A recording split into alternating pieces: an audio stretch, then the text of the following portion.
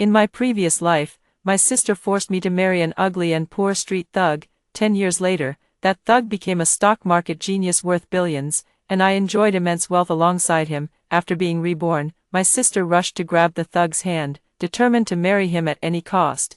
But she doesn't know, but the real stock market genius was me. Her man is good for nothing, just a puppet I put on the stage. When I was reborn, it was in a dimly lit sports equipment room. The figure before me was my husband from my past life, Edward. He tore open my clothes and pressed his face against my neck. I feel completely weak.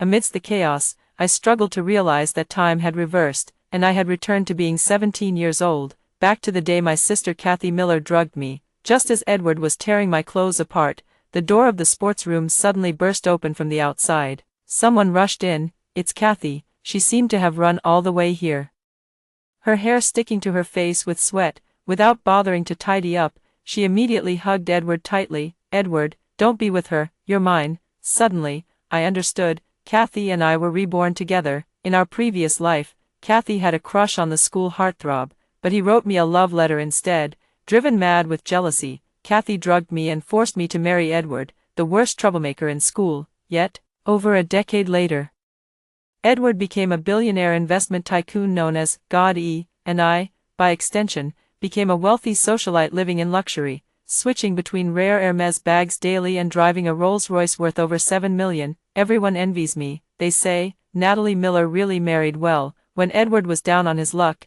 Natalie had the vision to recognize his potential. Now it's her turn to enjoy the good life. Meanwhile, Kathy's wealthy second-generation husband has long since fallen from grace, becoming a debtor-dodging collectors. He even ingratiatingly sidled up to Edward. Brother-in-law, you must be God E, right? I admire you so much. Could you mentor me in investing? Every time Kathy looked at me, her eyes were filled with uncontrollable jealousy and deep regret. Sure enough, during a family gathering, after Edward excused himself to the restroom, I noticed Kathy following him from the corner. In the hallway, I quietly moved to a shadowy spot and, through the thin door panel, heard my sister's drunken sobs. Edward, it was clearly me you liked back then. The sister embraced Edward, attempting to kiss him. Edward gasped sharply and pushed her away abruptly. He said stiffly, that was over 10 years ago. My sister fell to the ground, still crying desperately. Have you forgotten? You used to bring me breakfast every day, take me out on bike rides, saying I would always be your goddess. That you'd do anything I asked. Edward, you were supposed to be mine. Edward ignored her completely. He straightened his clothes, which had been disheveled by her, and hurriedly rushed out the door. His expression was as if he were facing an unavoidable plague. My sister lost all hope and slumped despondently onto the cold bathroom floor. I pushed open the bathroom door, glanced down at her, and spoke in a cool tone. Stop sitting here. Those who know might think you failed to seduce your sister's husband, while those who don't might assume you're acting out some teenage angst movie. Kathy suddenly looked up, her eyes filled with hatred as she stared at me. Why does it have to be you, Natalie? What makes you better than me? Why are you the one marrying into wealth now? I coldly shook off her hand. Sis, you need to understand, Edward and I are together because of you. Now that you see Edward thriving, you regret it. Too bad, it's already too late. My sister glared at me fiercely, then after a moment, she shook her head and smiled venomously. Natalie, you're wrong, it's not too late. At the time, I didn't understand the meaning of those words, but now, looking at my 17-year-old body, I understand. Perhaps Kathy is bound to some kind of system, bringing me back to 17 with her. In this second life, she was determined to win back the man who rightfully belonged to her. At this moment, inside the sports equipment room, Edward was panting heavily. He looked at me. Kathy forcibly turned Edward's head, making him look at her instead of me. Edward, I love you. She leaned in and kissed him. I struggled to get up and stumbled away in a daze. Thank heavens. Thank you, Kathy. I never dreamed in my wildest dreams that I could get a second chance to escape this nightmare. In my previous life, Kathy drugged both me and Edward, locking us in the sports equipment room. Then she brought our parents and neighbors to catch us in the act. The neighbors witnessed me and Edward in disheveled clothes, and my parents, mortified by the disgrace, decided no other man would ever want me, forcing me to marry Edward. I refused, so they imprisoned me at home, denying me food and water, and beat me daily. At that time, Kathy was crying beside me, pleading, little sister, just marry Edward, otherwise, for the sake of the family's reputation, they'll have to beat you to death. In the end, barely alive, I was forced to marry Edward. Later, despite being immensely wealthy, this incident remained a lifelong shadow over me. Now, I've finally escaped from this shadow. At dinner time, Kathy came back. As soon as she entered the door, she couldn't wait to announce that she was going to marry Edward. Upon hearing this, Mom and Dad couldn't even hold their chopsticks steady. Kathy, why is this? Edward has been held back for years, still repeating grades in his 20s. How is he worthy of you? Kathy shook her head and insisted. Dad, Mom, I promise you, Edward may be down on his luck now, but he will definitely achieve great things in the future. Her parents couldn't possibly believe such words and tried even harder to dissuade her, with her mother even breaking into sobs. Finally, Kathy couldn't take it anymore and shouted, "It's no use stopping me, I'm already Edward's woman." Her parents were stunned, seeing their shocked and despairing faces. Kathy smiled calmly. She sat beside them, affectionately putting her arms around their shoulders, and began to comfort them. Mom, Dad, you have to trust your daughter. I told Dad not to go into business with Uncle Leo and Mom to stop going to that clinic in the East, and now it turns out Uncle Leo ran off with the money, and that shady clinic had a medical accident. You see, everything I say comes true. Ever since I was little, the fortune teller said I was a lucky star. Have you forgotten? After Kathy finished speaking, her parents' expressions visibly relaxed. She pressed on, so, you should also trust my judgment when it comes to men. Edward carries immense financial luck, and there's plenty of prosperity ahead for us. Mom was the first to be swayed. Really? Kathy laughed. How could it be fake? Dad also gradually started to believe it under Kathy's certainty, and he even began to worry prematurely. If Edward becomes successful, would he mistreat you? Kathy smiled calmly and said, No, Edward seems like the type who dotes on his wife. She must have remembered her past life. After Edward's identity as God was revealed, there were countless young beauties outside eager to throw themselves at him. But he never even glanced their way. Instead, he treated me, his original wife, even better, opening car doors for me, serving me food at meals, and never daring to disobey my wishes. Meanwhile, Kathy's wealthy second-generation husband, despite being buried in debt, still couldn't resist staring at attractive young women on the street. With such a stark contrast, no wonder Kathy was green with envy. Right now, listening to Kathy showering Edward with praise in front of our parents, I kept my head down and focused on eating, pretending not to hear. Unexpectedly, even though I didn't want to engage with Kathy, she still went out of her way to make her presence known in front of me. That night, Kathy pushed open the door to my room. She stared at me, who was intently doing my homework, and flashed a cold smirk. Natalie, don't think I don't know what's on your mind. You may act silent on the surface, but deep down, you're constantly scheming to win Edward back. Am I right? How should I put it? With my sister's narrow-mindedness, I'm almost embarrassed to admit we share the same mother, but I'm more than happy to let her misunderstand. Let Edward absorb all her attention. That way, she won't compete with me for what truly matters. As Kathy spoke, she walked over, gripping my chin and forcing me to face the mirror beside us. Save yourself the trouble. Look at yourself. How could you possibly win against me if I decide to step in? The mirror reflected a dark-skinned, skinny girl wearing thick, chunky glasses and draped in an old-school uniform that resembled a sack. Beside her, Kathy had a fair, jade-like complexion, with smooth black hair and dressed in the latest seasonal dress, a stunning beauty guaranteed to turn heads on the street. Indeed, I wasn't as delicate-looking as Kathy, and with my parents favoring her, giving her the best food and clothes, I ended up malnourished, sallow, and thin, making the contrast even more glaring. Look at yourself. Do you really think any boy would like you? Beside me, Kathy continued her relentless taunts, as if determined to vent all the grievances she had suffered in her past life. Edward was always my lapdog. In our previous life, he only married you because he couldn't have me. This time, I won't give you another chance. As soon as I come of age, I'll marry him immediately. Once he becomes God, half of all his wealth will be mine. As Kathy spoke these words, her eyes sparkled. Yeah, at the peak of God's career, he had billions in assets. Taking half in the divorce would be more than enough to live a life of luxury and date younger men for the rest of her days. I twirled the pen in my hand, my head bowed deeply. Kathy thought I was crushed by her words, but in truth, I lowered my head only to hide the smile at the corners of my mouth. Dear sister, I quite enjoy this disdain you hold for me, precisely because of this deep-rooted contempt. I'm afraid even if you were reborn 10,000 times, you'd never guess. The true God is me. Yes, I am indeed the self-made tycoon who relied on wisdom, courage, and luck to rise from nothing, first amassing a fortune in the stock market, then going all in on Bitcoin at the perfect moment, achieving complete financial freedom, because my alt account ID on the investment forum was randomly typed as Ed on the keyboard. People started calling me God E. Too many were curious about God E's true identity, and I knew I couldn't stay behind the scenes forever, so I pushed Edward to the forefront, making him my puppet, or perhaps, a scapegoat. After all, our circle is full of ups and downs. Sudden wealth makes one a target of everyone's envy, while sudden poverty breeds many desperate outlaws. Over those years, Edward was kidnapped 3 times and brutally beaten by enemies 4 times, when he went back with me to visit relatives.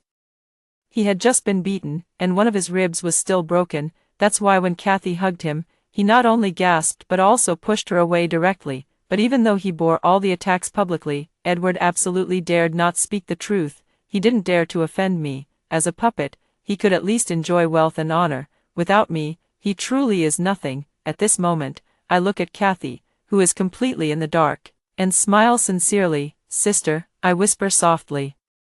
I wish you and Edward a lifetime of happiness. Go ahead and bind yourself to him. I need to study hard for the college entrance exam, save up money, go to university in B City, and leave this home forever. I genuinely hope Edward and Kathy can be happy together. However, after school, Edward stopped me. He blocked my path on his bike and whistled at me like a hooligan. Natalie, you look great today. Why are you dressed up so nicely? I took a step back, feeling a chill run down my spine. I knew Edward's true nature all too well. He was a complete and utter scumbag. In the world of scumbags, the one you haven't slept with is always the best. In my previous life, this person was my sister. Now it's become me. Clenching my teeth, I tried to dodge to the side. I'm going to work. Get out of my way. Lately, I've been working as a cashier at a supermarket, trying to save up some capital for myself. The boss was very kind. Seeing me in an ill-fitting school uniform with pants that were too short, he even brought his daughter's clothes for me to wear. The light blue cardigan and snow-white midi skirt made me look much prettier than usual. Unexpectedly, Edward took notice of me. Now, he approached with a cheeky grin. Work? What kind of work? I've got some work here too. Want to give it a try? As he spoke, he tried to press his body closer, suppressing my nausea. My hands silently reached into my bag and grasped the scissors I kept for self-defense, but before I could pull them out, a figure suddenly rushed out from the side. She shoved me aside forcefully, stepping protectively in front of Edward. Natalie, what were you doing rubbing up against Edward? Her voice was loud as she pointed accusingly at my nose. How shameless can you be, seducing your own sister's fiancé? Edward stood at a distance, rubbing his nose and playing along. I just happened to run into Natalie while biking, and she wouldn't let me leave. Hearing this, Kathy flew into an even greater rage. Natalie, are you still shamelessly clinging to hope? Why don't you take a look in the mirror and see where you even stand compared to Edward? I'm destined to marry Edward in this lifetime. If you dare try to seduce him again, don't think I won't have Mom and Dad sell you off to the mountains. With that, Kathy grabbed Edward's arm and turned to leave, but clearly, she still wasn't at ease. That night, when I returned home, I found my place turned upside down. The metal box I used to save money had been found, lying open in the center of the room. Inside was the salary I had saved from working at the supermarket, but now the box was empty. The bills were all clutched in Kathy's hand. Kathy looked at me triumphantly, waving the money in one hand while pointing at my nose with the other. Her long nails nearly scratching my face. This is Natalie's secret stash of money. She's always out and about these days, but really she's just sleeping with the owner of the department store supermarket. I saw the supermarket owner give her money with my own eyes, and even took her shopping for new clothes. Kathy pointed at my cardigan and skirt, curling her lip in disdain. TSK TSK. Now everyone over there probably knows our chief family has raised a mistress. Before I could say anything, Dad, his face dark with anger, rushed forward and slapped me hard across the face. Mom stood by crying and complaining. The fortune teller said back then that this girl was unlucky. I took several doses of abortion medicine, but she just wouldn't go away, and now look, she's completely disgraced our family. Mom and Dad were always like this. They unconditionally favor my sister. Everything my sister does can be forgiven, even when I was still a fetus. A fortune teller said I was a harbinger of misfortune. Shortly after I was born, my father's business went bankrupt, so everything I do is wrong. At this moment, Dad confiscated all the money I had saved up. picked up a belt, and started whipping me. Kathy stood by the side, fanning the flames with a smug smile on her lips but a tearful tone in her voice. Natalie, don't blame Dad for hitting you hard. If he doesn't hit you hard enough, you won't learn your lesson. A girl must respect herself. You must never earn that kind of dirty money again. Finally, I passed out from the excruciating pain. When I woke up again, I was lying in the yard. My parents had taken Kathy shopping. Kathy was about to get engaged, and they were going to buy her a beautiful dress, and I lost all the money I had saved, without even any medicine by my side. Struggling to get up, I groped my way out of the yard. The neighboring yard belonged to my cousin, and at that moment, only my cousin's wife was outside washing clothes. Seeing me so weak I couldn't even speak, she was startled. Natalie, oh my God, what happened? My cousin's wife dropped the clothes and came to help me up, only to find her hand covered in blood. Wait here, I'll go get some medicine for you. I lay on the open ground in the yard, staring at the sky. The moon is bright, but there are always some dark corners in the world that it cannot illuminate. My cousin's wife is applying medicine to me.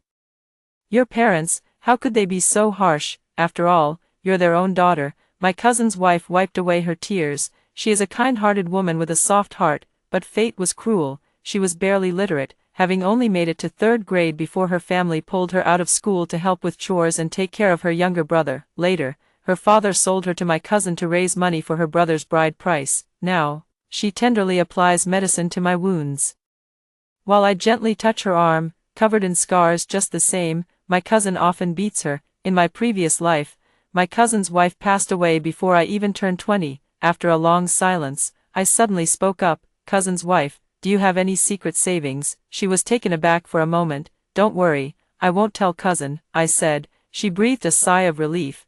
There's $2,000. What's up? Is it because you want to go to school and your family won't give you money?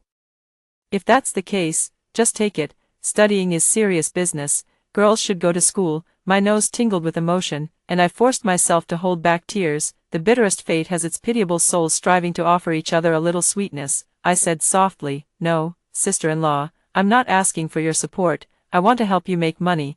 I can turn your 2,000 into 20,000, even 200,000. Sister-in-law burst out laughing. She clearly didn't believe me and spoke to me like coaxing a child. All right, just take these $2,000 for your studies. Pay me back after you graduate from university. We're family. Do you really think I'd charge you interest? I remained silent, gazing into the boundless night sky. In my previous life, I made my fortune too late. By the time I returned to my hometown, my cousin's wife had already succumbed to depression and passed away. This time, I must help her.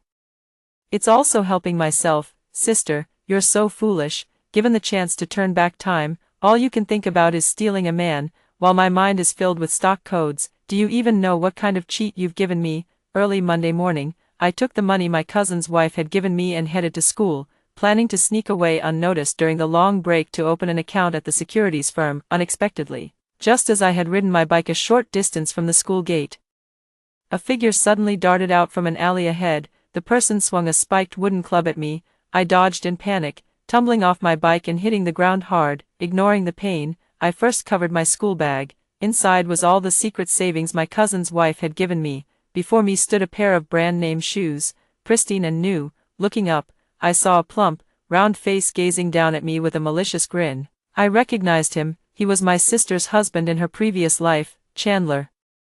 Since middle school, Chandler had been Kathy's loyal follower, always trailing behind her. He was a rich second-generation heir. His father did business in the South, while the rest of us were still wearing dull school uniforms and off-brand shoes. Chandler was already well-versed in various international luxury brands. Chandler pursued Kathy for many years. Kathy disliked Chandler's appearance but couldn't let go of his wealth, so, throughout her teenage years, she kept him at arm's length, stringing him along as her top backup option. Later, Kathy grew older and, not having met a man with better conditions, ended up marrying Chandler. Little did she know that shortly after their marriage, Chandler's family went bankrupt, dragging Kathy, who had also invested, into the mess. The whole family became delinquent debtors, unable to even take high-speed trains. Yet no matter how downcast Chandler might be in the future, at this moment, he was still the arrogant young master from a prominent family, someone you couldn't afford to offend. So I shielded my backpack and cautiously stepped back,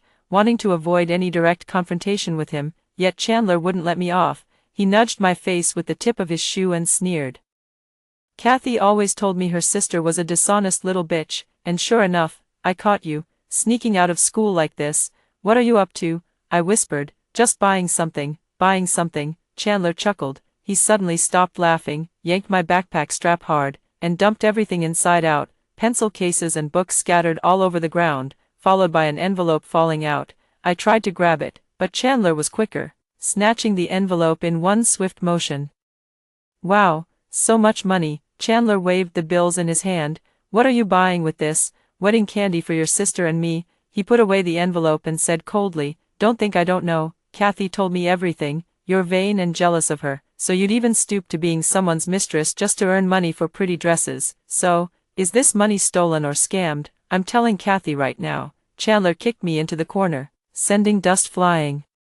Coughing violently from the dust, my mind suddenly cleared. Chandler was following me. Just as Kathy had instructed, I had been reborn alongside her. Even though she had already taken Edward from me, she still didn't trust me and sent her lapdog Chandler to keep an eye on me. That's not the point. The point is what Chandler just said unintentionally. Buy wedding candies for your sister and me. I suddenly burst into laughter. Perfect. Chandler really didn't know that my sister was already with Edward. Come to think of it, he still had value to Kathy. If Kathy told Chandler about her engagement to someone else, how could he possibly continue to serve her? Chandler had intended to turn and leave, but then he suddenly noticed the smile at the corner of my mouth. He couldn't help but frown. What are you smiling about? I smiled even more brightly. I'm just happy for my sister. You love and protect her so much. I'm sure I'll have a wonderful brother-in-law in the future, I said softly. I can't wait for you two to get married soon. This was exactly what Chandler wanted to hear. His expression relaxed, but he still gave me a sidelong glance. Trying to sweet-talk your way out of trouble now. You don't have to spare me. I haven't done anything wrong. I stood up, brushing the dust off my clothes. This money was given to me by my cousin's wife. She heard about my sister's happy news and asked me to buy some gifts for her on her behalf. Chandler's expression suddenly changed. And he frowned. What happy news? I feigned confusion. I don't know either, but I heard from my parents that they plan to arrange an engagement for my sister before she goes to college. After all, everyone in our hometown knows each other well, and they've grown up together. It's better than her going to the big city later and being deceived by some bad man. I observed Chandler's expression, then smiled. Fool, you still don't get it. Chandler looked somewhat bewildered. Realize what? This engagement partner for my sister is definitely you, I said with a smile. Think about it, everyone knows you like my sister. My parents mentioned childhood sweethearts. Among all the boys around, who could be a better match for my sister than you? Chandler's face lit up with joy, but he hesitated. Why has Kathy never mentioned this to me? I chided him playfully. My sister is shy. She must be too embarrassed to say it, but she'll probably tell you in the next few days. Oh. I've noticed she's been going to the little grove behind the school a lot lately. She must be preparing some surprise for you. Chandler, head over heels in love, exclaimed excitedly. Really? Why don't you go check it out now? I reached out to Chandler. Give me the money. I still need to pick out a dress for my sister. Brother-in-law, do you prefer pink or blue? I'll choose according to your preference. The term, brother-in-law, made Chandler ecstatic, without much thought. He slapped the envelope into my palm. Pink it is. With that, he dashed off toward the school, probably couldn't wait to see what surprise Kathy had prepared for him. I chuckled, got on my bike, and even whistled cheerfully, my mood soaring. This surprise would surely be unforgettable for Chandler. I rushed to the securities company, where my cousin's wife was already anxiously waiting at the entrance. It was her first time in the trading hall. And as she stared at the fluctuating colors and numbers on the screen, she felt completely lost. Natalie, can you make sense of this? I didn't even need to look. From the moment I bought my first stock, the market trends spanning decades before and after were imprinted in my mind, unforgettable for life. I didn't say any of this to my cousin's wife, just smiled and said, I understand. Just trust me. At the securities firm, I also spotted a familiar figure, Mr. Robinson, Chandler's father. He had been handling some business with his secretary when he received a phone call. His expression changed dramatically, and he hurriedly got into the black sedan parked at the entrance, heading in the direction of our school. I stood at the door, silently watching the car disappear. My cousin's wife, having finished the paperwork, came to my side. What are you looking at? I glanced at the sky. Nothing. Just that the weather is about to change. Sure enough, the weather changed. With my assistance, Chandler eagerly rushed to the grove, excited to see the surprise Kathy had prepared for him. However, the moment he entered the grove, he heard unmistakable sounds of intimacy. Upon closer inspection, he discovered the protagonists were none other than his goddess Kathy and Edward, a troublemaker he had never given a second glance. This could arguably be the most shocking moment Chandler had experienced in his nearly 20 years of life, by the time he regained his composure. The sound of an ambulance was already echoing around him. Edward had been brutally beaten by Chandler and was rushed to the hospital for emergency treatment. When I arrived at the hospital, Edward was already awake, wrapped up like a rice dumpling in bandages, lying motionless on the bed. This scene felt quite familiar to me. After all, in my past life, I often pushed him to the front to take the blows for me, and he frequently ended up beaten like this. But Kathy had never seen such a sight before. She stayed by the hospital bed, crying as if her heart would break. Chandler was dragged into the hospital room by his father, Mr. Robinson, who had originally come to negotiate a private settlement out of fear that his son might end up in jail. But Chandler charged in like a raging bull, his eyes turning red the moment he entered the room. He lunged straight at Edward, and if it hadn't been for Mr. Robinson's two secretaries swiftly restraining him, Edward might have been thrown right out the window. Chandler, apologize now, Mr. Robinson shouted in desperation. Apologize for what? I did nothing wrong, Chandler panted heavily, pointing at Edward on the hospital bed. He raped Kathy, that's why I beat him up. Poor Chandler. As an ordinary person without the perspective of rebirth, his first reaction upon seeing Edward and Kathy together was naturally this. At this moment, Chandler looked at Kathy pleadingly. Kathy, say something for me, I was trying to save you. Mr. Robinson also found hope and turned to Kathy. Classmate, you're an eyewitness, tell everyone the truth. For a moment, all eyes in the ward were fixed on Kathy. She clenched her teeth. Lost in a long struggle, finally, with a flushed face, she whispered, we did it willingly. Chandler's face instantly turned deathly pale. What, Kathy, you can't possibly. Despite being covered in casts from head to toe, Edward on the hospital bed managed to squeeze out a smug, triumphant smile. A lowlife like him from the gutters would never have had the ability to make a young master from a wealthy family like Chandler suffer. But Kathy had given him this opportunity. He was practically soaring with delight. That's right, Kathy and I are in love with each other, Edward declared loudly, ignoring the pain from his injuries. Chandler is the one who assaulted me, he should be the one going to jail. Mr. Robinson's face darkened as he took a step forward. Without glancing at Edward on the bed, he attempted to pressure Kathy. Young lady, I advise you to think carefully before you speak. The Robinson family's influence was vast, and even my parents began to grow fearful, subtly hinting to Kathy, Kathy, maybe you should reconsider. It was clear that Kathy was truly torn, but she couldn't afford to offend Edward. Not only that, she needed to firmly secure his heart. That's God we're talking about. Compared to the billions in wealth awaiting in the future, the Robinson family seems insignificant at this moment, so she tightly grasped Edward's hand. What's there to think about? Edward and I are truly in love. Anyone who harms Edward should pay the price. Chandler could no longer hold back. Shaking off his secretary's hand, he rushed forward and slapped Kathy. Kathy, are you blind? In his previous life, Chandler went bankrupt not long after marriage and became utterly spineless in front of Kathy, who had always looked down on him. This was the first time she had ever been slapped by this person she utterly despised, and she immediately went berserk. Chandler, who the hell do you think you are? She shoved Chandler hard. A good-for-nothing rich kid. You think your family's money makes you special. Let me tell you, in a few years you'll be bankrupt. The moment those words left her mouth, even Mr. Robinson, who was standing not far away, turned ashen-faced. In the end, Mr. Robinson stormed out, slamming the door behind him, with Chandler chasing after him, leaving only our family in the hospital room. My father anxiously rubbed his hands together.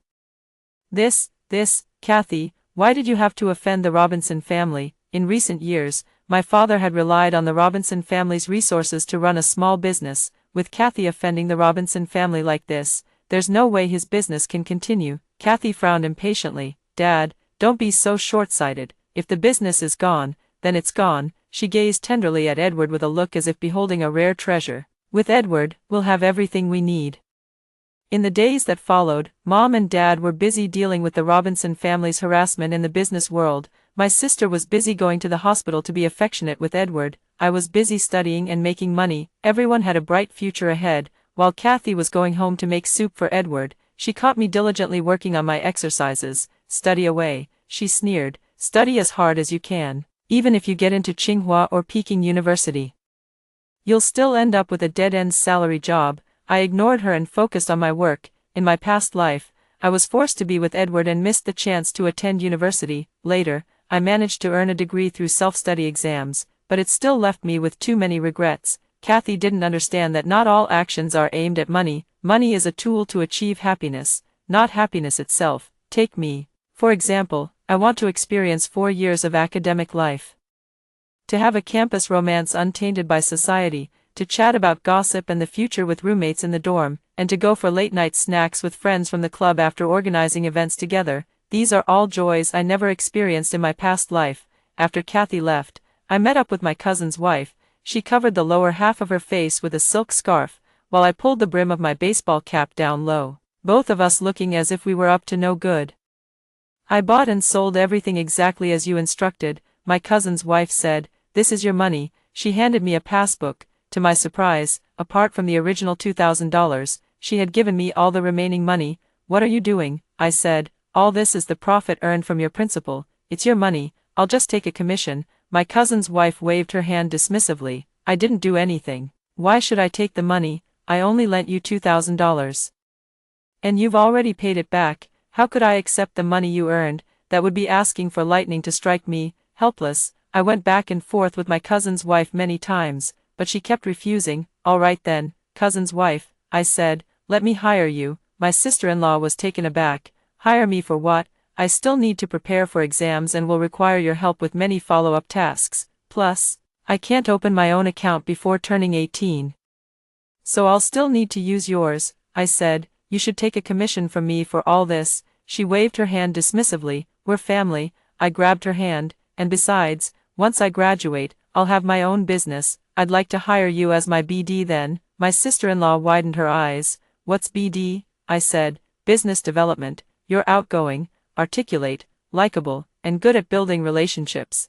I think this job would suit you well." Before my sister-in-law could say anything, there was a commotion at our front door. Kathy and Edward had returned. My sister-in-law and I immediately exchanged a knowing glance and silently dispersed, each heading back to our own homes. This was something we had agreed upon long ago. Now that we were holding what could be considered a fortune in our hands, it was like a child carrying gold through a bustling market, extremely unsafe. Therefore, until I became strong enough, I would never let anyone discover that we had made money.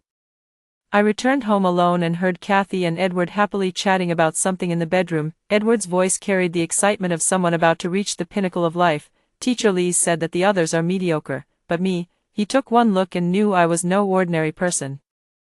That's why he decided to teach me everything he knows about investing." Kathy was thrilled. "Edward, I knew this day would come." I peeled an apple in the kitchen and munched on it by myself. "Oh, Teacher Lee, I know what's going on now." In her previous life, my parents paid to send Kathy to a private preparatory school in B City, where she didn't meet Teacher Lee, but I did meet him. This Teacher Lee was always impeccably dressed in a three-piece suit, paired with fluent English, and was said to have returned from Wall Street. He had an incredibly charismatic personality and was skilled at delivering gripping speeches. In these speeches, Teacher Lee claimed to have achieved complete financial freedom and stated that his current life goal was to help his fellow townspeople prosper together. It can be said that Teacher Lee's appearance perfectly matched Kathy's expectations. After all, Edward started as a good-for-nothing punk, yet he eventually became worth billions. This transformation is like an unpromising youth finally growing into a legendary hero. There must have been fortuitous events like stumbling upon martial arts secrets or receiving guidance from a master. And now, Kathy waited and waited, finally getting the stroke of luck she had been anticipating. "Tomorrow we'll go see Teacher Lee again, Edward. You just focus on learning well from Teacher Lee and don't worry about anything else." Edward looked troubled. "But that $60,000 apprenticeship fee Teacher Lee mentioned," Kathy gritted her teeth. "I'll scrape it together for you." The apple in my mouth nearly chipped my tooth. I knew Kathy wasn't the brightest, but I never expected the brain to be this smooth. Indeed, if one can attribute all the failures of their past life to not choosing the right man, then naturally in this life, they can believe that all chances of turning their life around lie with a Wall Street elite. Teacher Lee, who charges a $60,000 initiation fee. In my past life, I also encountered this Teacher Lee, At the time, Edward was also extremely excited, desperate to follow Teacher Lee to make a fortune. I stopped him. Back then, I was actually a young girl with little social experience, but I could still tell that something was off about Teacher Lee. People who truly make big money value their time immensely. Why would they come out to teach us how to make money?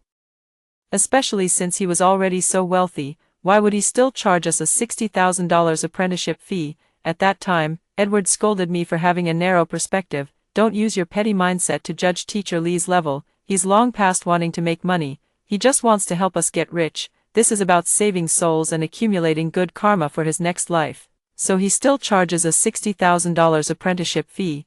It's just a screening method. Teacher Lee wants to see our sincerity. In the end, since I couldn't bring myself to agree, Edward went to find Teacher Lee on his own. He didn't have the money for the apprenticeship fee, but Teacher Lee didn't dwell on it and even expressed willingness to take him as a disciple. Edward grew increasingly awed by Teacher Lee's greatness, feeling so indebted that he wished he could repay Teacher Lee with unwavering loyalty. Later, Edward followed Teacher Lee to the south, and I lost contact with him for over a year. The next time I saw him was when he escaped from a pyramid scheme and called me in tears, "Natalie, save me." To be honest, I still held a trace of pity for Kathy and Edward, who were about to join Teacher Lee. But that night, I overheard Kathy's conversation with my mom. "Mom, Natalie is turning 18 this weekend. I think it's time for her to start meeting potential partners." Edward mentioned he knows a wealthy older gentleman.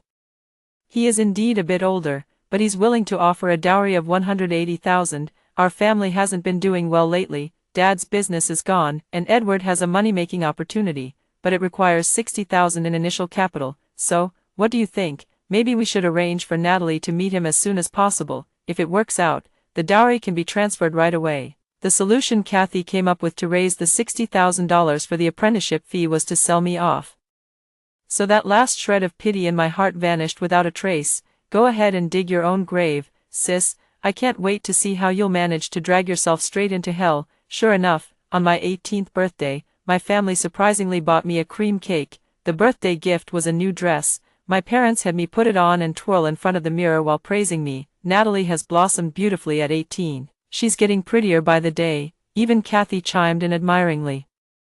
Natalie looks so sweet and well-behaved, and her grades are excellent. Rich people adore this type the most. My parents seized the opportunity to bring up arranging a blind date for me, although he's a few years older than you. Thanks, he's 47, and I'm 18, but he has a good temper. Older men know how to cherish their partners. Thank you. His 2 previous wives divorced him because they couldn't endure the domestic violence. I was cursing inside, but on the surface, I smiled sweetly. Sure.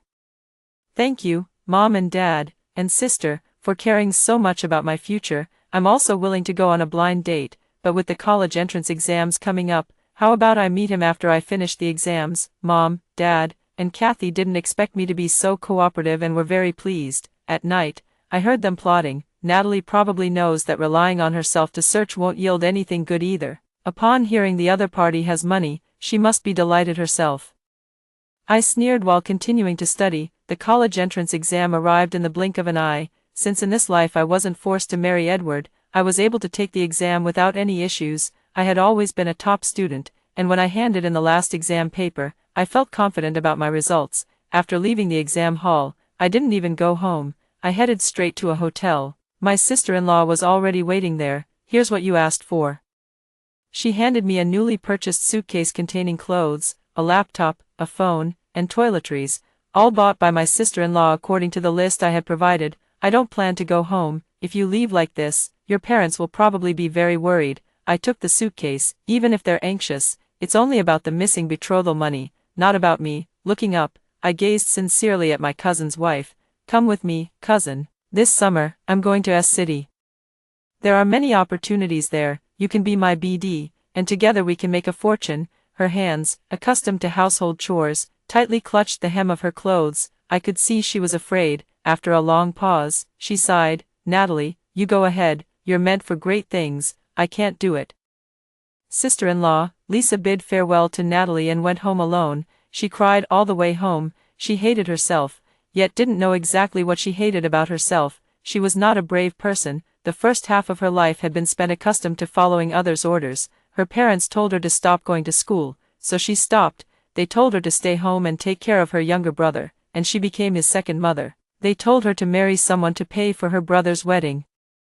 So she married a husband who beat her. She does whatever her husband tells her to do. Everyone around her seems to be the same. No one resists. The only one who taught her to resist was Natalie, but she was just an 18-year-old girl. Young girls are always full of naive courage, and she never had that courage even when she was a young girl, let alone now at her age. Lisa returned home. The house was in complete disarray, with her husband lying on the mattress surrounded by liquor bottles.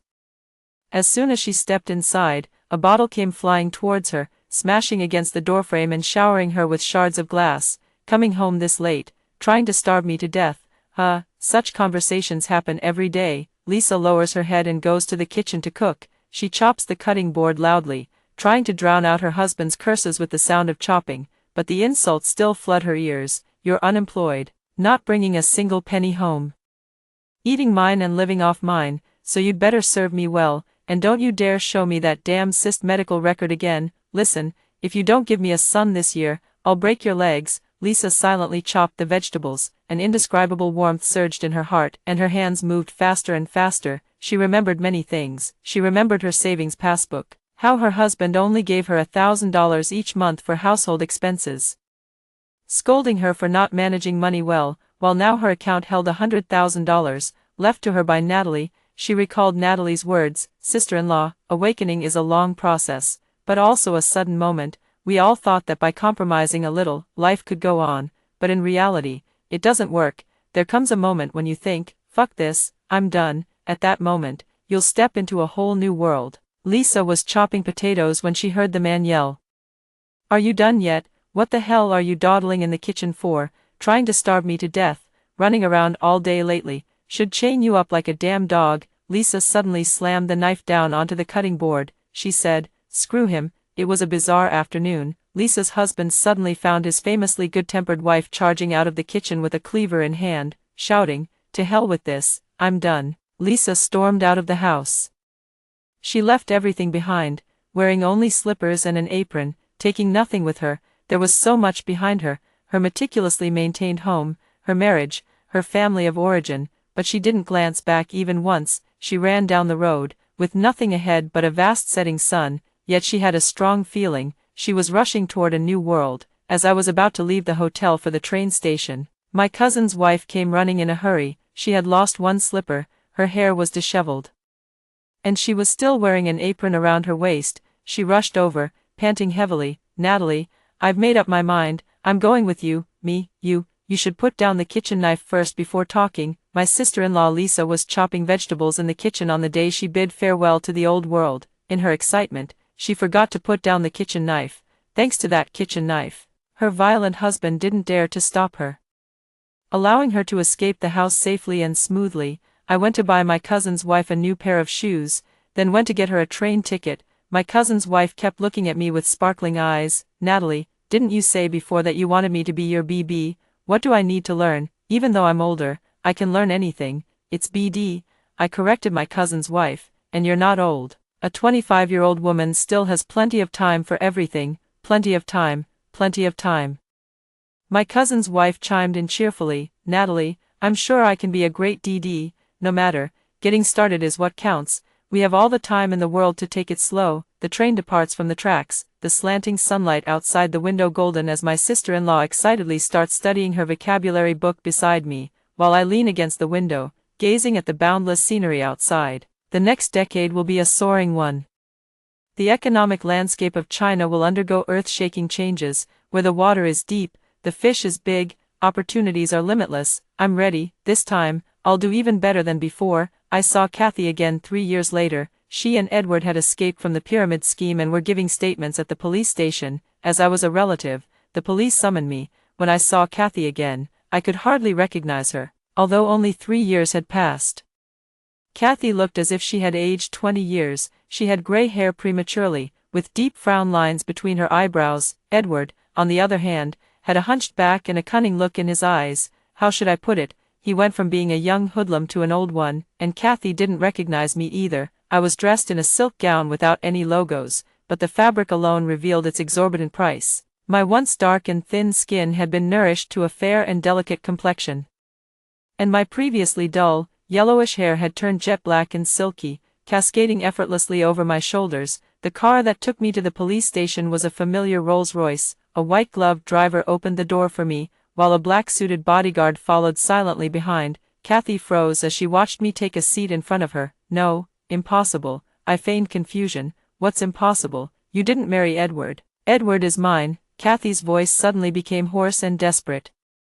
How did you get rich? I frowned impatiently. Sis, it's been 3 years since we last saw each other, and this is how you greet me. When have I ever competed with you for Edward? He's definitely yours, you can rest assured about that. My tone was icy cold. I've already learned about what happened 3 years ago. Since I disappeared immediately after the college entrance exams, my parents couldn't find me, and the arranged marriage naturally fell through. To raise the $60,000 apprenticeship fee for Edward, Kathy took out a loan from loan sharks. She firmly believed that investing in Edward was worthwhile, no matter how high the loan sharks' interest rates were. They paled in comparison to Edward's sudden wealth. As a result, one wrong step led to another. They loyally followed Teacher Lee south. All the way into the pyramid scheme den, they were controlled, abused, and deprived of their freedom. Kathy was practically going crazy, repeatedly asking Edward, "Did you experience this in your past life?" But Edward hadn't been reborn, so naturally he couldn't answer her question. At this moment, Kathy turned to face me, desperately trying to figure out where things had gone wrong. After a long while, a strange smile crept across her face. I see. You noted down the stocks Edward bought in your previous life and are replicating his moves in this one, right? I fiddled with the jade ring on my finger, too lazy to bother with Kathy. With that level of intelligence, she's truly unworthy of conversation with me. A golden opportunity for rebirth was right before her eyes. She could have memorized a few lottery numbers. Anything would have been better than obsessing over Edward. It's okay, Edward has escaped from that pyramid scheme. He can invest in stocks now, Natalie, just you wait. In this lifetime, I'll definitely live better than you. So, after leaving the police station, Kathy borrowed money everywhere, working hard to scrape together funds for Edward to invest in stocks. But I don't understand this. Edward was utterly confused. Don't be afraid, you're God-E. Just based on your intuition. Edward didn't know what God-E was, but he had always been clueless about his own limitations. Hearing Kathy praise him like this and reading a few online stories about people getting rich from stock trading, he immediately got fired up, convinced he would be next, so he made a large purchase. At first, he actually managed to make a small profit purely by luck. Kathy was overjoyed, and they quickly reinvested all their money into the stock market. Then came an unprecedented crash. Kathy didn't believe it. She grabbed Edward's hand. It's okay, Edward, you're God-E. We can definitely turn this around. They decided to get a good night's sleep first, to rest and clear their minds, and figure out a solution the next day. But the next morning, when Edward woke up, rubbing his eyes, he told Kathy he had a dream. I dreamed that in my past life, when Natalie and I were in the sports equipment room, you didn't barge in, and in the end, we got married. Later, you went to study in B City and married Chandler. Natalie and I stayed in our hometown. And Teacher Lee also appeared. I wanted to become his apprentice, but Natalie wouldn't let me, so I went behind her back, only to end up being tricked into a pyramid scheme. A few years later, I escaped, and Natalie came to the police station to bail me out. By then, she was already very wealthy. She said she didn't want to deal with me, but if I still wanted to follow her, I'd have to work for her. She made me do media interviews. Those reporters took my photos, called me God-E. And I just agreed, answering their questions with the lines Natalie made me memorize. Truth is, I didn't understand anything. I was just a shield for Natalie. People who hated God-E would take it out on me. I almost got killed several times. I knew Natalie hated me. This was her punishment, but I didn't dare to leave, nor could I tell the truth. I was afraid Natalie would abandon me, and then I'd truly be a social outcast. After Edward finished speaking, he saw Kathy's face turn frighteningly pale. He reached out and waved his hand in front of Kathy. Honey, are you angry? Edward coaxed her. I dreamed about being with your sister. Are you jealous? I'm sorry, I definitely love you the most, Edward muttered in confusion, but that dream was so detailed. Could it actually be real? Before Edward could finish, he heard Kathy let out a piercing scream. She grabbed her own hair, screaming desperately, even banging her head against the wall. Before Edward could catch her, Kathy had already fainted. Well, when your sister woke up, she was like this. In the psychiatric hospital, I looked at the woman before me. She had gone completely mad. sitting on the bed, giggling uncontrollably one moment and then bursting into tears the next. I gave so much, so much. I'm the female lead in a rebirth novel. And female leads in rebirth novels are destined to reach the pinnacle of life. Why hasn't anything changed? I told Edward to leave and sat down beside Kathy. Sis, you don't understand. What's useful isn't rebirth, but mastering the advantage of information asymmetry, the transformation of thinking and cognition, and you've achieved none of these. But I still want to thank you for sending me back, I said sincerely. Thanks to you, this life of mine has been extraordinarily successful. Kathy stared at me, and after a moment, she let out another scream. Keep an eye on her. Don't let her harm herself. I instructed the medical staff and left the psychiatric hospital. Today, I have someone important to meet. At the deepest part of the alley, there's a tile blue roof with a sign at the entrance, wishing shop, $10 per try. It looks like a shop only middle schoolers would visit. I walked through the shop door. The handsome young man, who had been dozing behind the counter with a large yellow cat in his arms, immediately stood up upon hearing the noise. Welcome. He took a clear look at my face and froze for a moment. My apologies for not greeting you sooner. What wish brings you here, honored guest? I smiled and said, no need to pretend. I know it's because of you that my sister got a second chance at life. It took me a long time to uncover this lead. This unremarkable little shop has a manager named Ruby and an assistant manager named Julia. The information I found was strange. Ruby is just an ordinary college student, while Julia's identity couldn't be traced at all. At this moment, Julia served me a cup of hot tea, but I had no mind to drink it. Cutting straight to the point, I said, I can give you any amount of money you need. I have only one demand. No more rebirths. Yes, that was my goal. To block Kathy's path to rebirth once and for all. Julia paused for a moment, then smiled. You may have misunderstood. Our real client isn't your sister, it's you. My brow twitched slightly. Time reversal is an extremely costly service. We only offer it to the most deserving clients, and you were someone we identified long ago. Then why didn't you approach me? We tried. We made multiple attempts to leave flyers where you could see them, sent you promotional texts, but you ignored them all. I face-bombed. That's entirely possible. I'm swamped with work, constantly on the move. Even important emails slip through without my secretary's reminders, let alone things like this. That look exactly like spam ads, so we had to try pitching to your sister instead. She harbors immense resentment about the past and agreed immediately. I raised an eyebrow. Does she know this is your exploitation? Come now, how can you call this exploitation? Julia waved her hand dismissively, her features gilded with a beautiful golden hue in the sunlight. We did give her a second life. The price was bringing you along for the rebirth. All these terms were laid out plainly, and she agreed to them herself. A fair and open transaction, really. As for other matters, they're beyond our jurisdiction. Whether you defy fate or make things worse, it's all up to your own skills. Our shop takes no responsibility. Then I'll ask one last question, I said. Why me? This is also quite simple. You've already answered us with your actions, Julia smiled.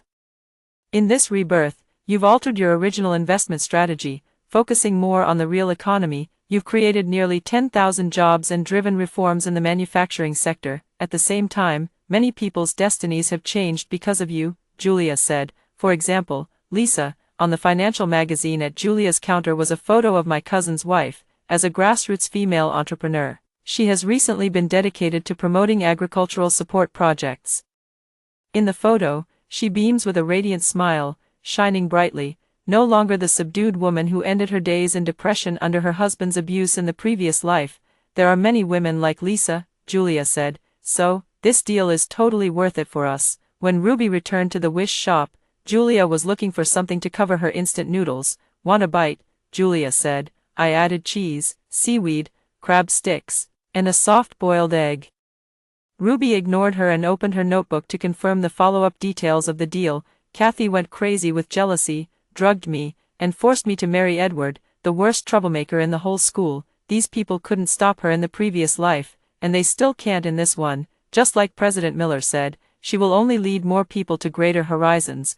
After finishing her sigh, Ruby looked at the instant noodles in front of Julia. What's that? Instant noodles with cheese, seaweed, crab sticks, and a soft-boiled egg. I just asked if you wanted a bite. No, I'm asking what that thing next to it is. The one you're using to wipe the noodle soup. Julia took one look and froze. Holy shit, holy shit, holy shit. it's the Czech President Miller left for us. He had just spilled his instant noodle broth and casually grabbed something to wipe the table. Turns out it was the Czech President Miller wrote to thank them, with an astonishingly huge amount. Damn it. Everything's soaked and ruined. Let me respawn 10 minutes ago. Quick, hurry up. Ruby couldn't take it anymore. Julia, the abilities of a back time aren't meant to be used like this. Hurry up, let me be reborn. Over 50 million is at stake. A mini rebirth quietly unfolded within the small shop, and the next big sponsor is probably already on the way. After hearing the story above, what are your thoughts? Feel free to share your opinions in the comments section. Looking forward to hearing from you. If you liked this story, don't forget to like it, share it, and subscribe to my channel. See you next time.